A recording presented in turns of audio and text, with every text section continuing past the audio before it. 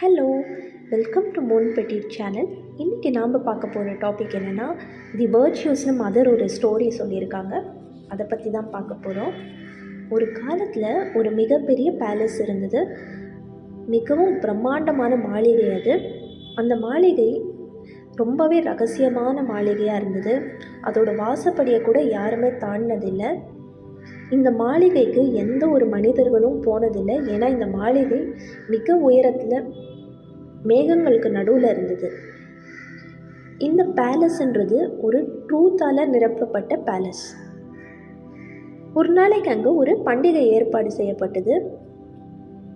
இது சாதாரண மனிதர்களுக்காக ஏற்பாடு செய்யப்பட்ட ஃபெஸ்டிவல் இல்லை, but different beings, gods and goddesses, அதாவது அவங்க சிறிய கடவுளாக இருக்கலாம், இல்லை மிகப்பெரிய கடவுளாக இருக்கலாம், அவங்களுக்கு தான் ப்ரெடாமினெண்ட்டாக ஏற்பாடு செய்யப்பட்டிருந்தது. இன்றைக்கி இந்த ஃபெஸ்டிவலுக்கு வந்திருந்தவங்க எல்லாருமே பீயிங்ஸ் ஆஃப் வேர்ச்சுஸ். அதாவது இப்போ நம்ம பொதுவாக சொல்லுவோம்ல, அக்னி பகவான், வாயு பகவான், வர்ண பகவான், அந்த மாதிரி ஒவ்வொரு பண்புகளுக்கு பின்னாடியும் ஒவ்வொரு பீயிங்ஸ் இருக்காங்க. அவங்களுக்கு தான் இந்த ஃபெஸ்டிவல் ஏற்பாடு செய்யப்பட்டிருந்தது. இது ஹால் ஆஃப் இன்டெலிஜென்ஸ்னு ஒரு அரங்கத்தில் தான் இந்த ஃபெஸ்டிவலை அரேஞ்ச் பண்ணியிருந்தாங்க. இந்த வேர்ச்சுஸ் எல்லாமே தனித்தனியாக தான் வந்தாங்க. அவங்க யாருமே ஒன்றா வரல. ஆனால் இங்கே வந்த உடனே எல்லாருமே ஒரு குரூப் ஃபார்ம் பண்ணி ரொம்ப சந்தோஷமாக பேசிகிட்டு இருந்தாங்க. ஏன்னா பூமியில் இவங்க எல்லாருமே தனித்தனியாக பிரிஞ்சு தான் வாழ்ந்துட்டுருப்பாங்க. அவங்க யாருமே அடிக்கடி சந்திக்க முடியாது. ஸோ அட்லீஸ்ட் இந்த ஃபெஸ்டிவல்லையாவது நம்ம எல்லாருமே ஒன்றா சேர்ந்துட்டுமே அப்படின்னு ரொம்ப சந்தோஷமாக பேசிகிட்டு இருந்தாங்க. இந்த ஃபெஸ்டிவலை தலைமை தாங்கினது சின்சியாரிட்டி தான், அதாவது உண்மை தான். அந்த சின்சியாரிட்டி ஒரு டிரான்ஸ்பரண்ட் ஆடையில் தான் ட்ரெஸ் ஆகிருந்தாங்க. அந்த ட்ரெஸ்ஸு ஒரு கிளியர் வாட்டர் மாதிரி இருந்தது. அதுக்கப்புறம் அவங்க கையில் ஒரு கிறிஸ்டல் இருந்தது. அந்த கிறிஸ்டலில் நம்ம எந்த விஷயத்தை பார்த்தாலும் அது எப்படி இருக்கோ அப்படியே தெரியும். இப்போ நம்ம பார்க்குறது ஒன்று, ஆனால் ரியாலிட்டி வேறேன்னு இருக்கும்ல, அந்த மாதிரி ஒரு விஷயமே இல்லை இதில். நம்ம எதை பார்த்தாலும் அதோட உண்மை அப்படியே ரிஃப்ளெக்ட் ஆகும். இந்த சின்சியாரிட்டி பக்கத்துலேயே ஒரு 2 விசுவாசமான காவலர்கள் இருந்தாங்க. ஒன்று அடக்கம், இன்னொன்று கரேஜ். இவங்க 2 பேரும் இந்த சின்சியாரிட்டி பக்கத்துலேயே இருந்தாங்க. இந்த கரேஜுக்கு பக்கத்தில் ஒரு லேடி இருந்தாங்க. அவங்க கம்ப்ளீட்டாக ஒரு வேல்னால் கவர் பண்ணப்பட்டிருந்தாங்க. அவங்க கண்ணு மட்டும்தான் தெரிஞ்சது. அவங்க தான் முன்ஜாகிரதை.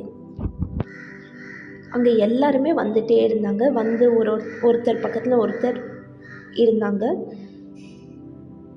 அவங்கள கடந்து சேரிட்டியும் போனாங்க. அந்த சேரிட்டி ரொம்பவே விழிப்பாக, அதே டைமில் ரொம்ப காமாகவும் இருந்தாங்க.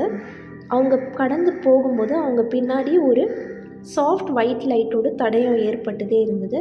இந்த சாஃப்ட் லைட்டுன்றது அவங்களோட ஃப்ரெண்டான, அவங்களோட இணைப்பிரியா சகோதரியான ஜஸ்டிஸ் கிட்டேருந்து தான் வந்தது. அதாவது நியாயத்துக்கிட்டேருந்து தான் இவங்களுக்கு கிடச்சிருக்கு. சேரிட்டியை சுற்றி ஒரு எஸ்கார்ட்டே இருந்தாங்க. அவங்க யாருன்னா கைண்ட்னஸ், கருணை, பொறுமை, ஜென்டில்னஸ்ஸு, அரவணைப்பு, இந்த மாதிரி நிறைய பேர் அவங்க சுற்றி இருந்தாங்க. அந்த மாளிகைக்கு எல்லாருமே வந்துட்டாங்க. அட்லீஸ்ட் எல்லாருமே இருந்தோம் அப்படின்னு அவங்கெல்லாம் நினச்சிட்ருக்காங்க. எல்லாருமே இங்கே இருக்கோம் அப்படின்னு அந்த வேர்ச்சுஸ் எல்லாம் நினச்சிட்ருந்தாங்க. பட் சடனாக அந்த கோல்டன் வாசப்படியை நோக்கி ஒரு புது ஆள் ஒருத்தர் உள்ளே வந்தாங்க.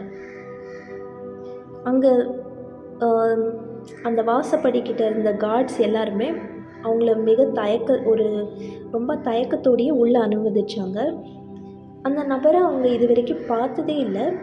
அதே சமயத்தில் அவங்க தோற்றத்தில் இம்ப்ரெஸ் பண்ணக்கூடிய எந்த ஒரு விஷயமும் இருக்கல.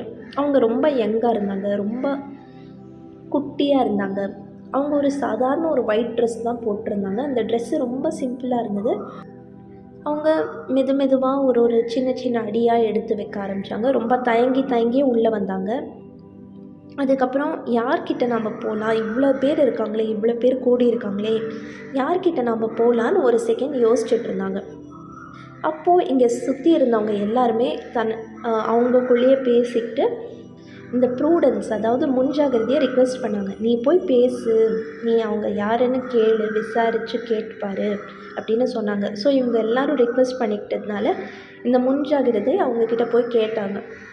நாங்கள் எல்லாருமே இங்கே கூடியிருக்கோம், எங்கள் எல்லாருக்குமே ஒருத்தர் தெரியும், ஆனால் நீங்கள் யாருன்னே எங்களுக்கு தெரியல, நீங்கள் பார்க்கவே புது ஆளாக இருக்கீங்க, இல்லைனா எங்களுக்கு நீங்கள் யாருன்னு தெரியல, நீங்கள் யாருன்னு எங்களுக்கு சொல்ல முடியுமா அப்படின்னு கேட்குறாங்க. அதுக்கு அந்த புதுசாக வந்த நபர் சொல்கிறாங்க, ஓ, நான் இதை உங்கள் யாருக்குமே எனக்கு தெரியலையா? ஆனால் நான் இது ஒரு ஆச்சரியப்படக்கூடிய விஷயம் இல்லை. ஏன்னா எங்கேயுமே என்னை இன்வைட்டே பண்ண மாட்டாங்க. நான் எங்கே போனாலும் ஒரு புது நபராக தான் இருப்பேன். என்னோடய பேர் தான் கிராட்டிடியூட் அப்படின்னு அவங்க சொல்கிறாங்க. இதோட இந்த கதை முடியுது. தேங்க்யூ.